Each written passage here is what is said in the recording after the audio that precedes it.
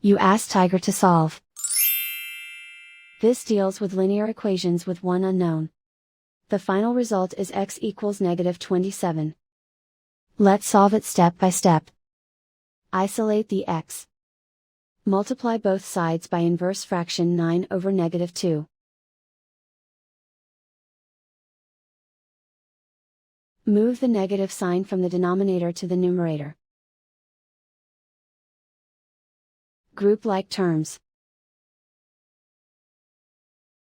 Multiply the coefficients. Simplify the arithmetic.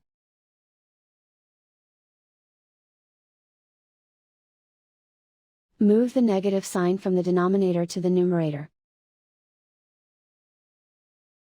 Multiply the fractions. Simplify the arithmetic. And so the final result is x equals -27.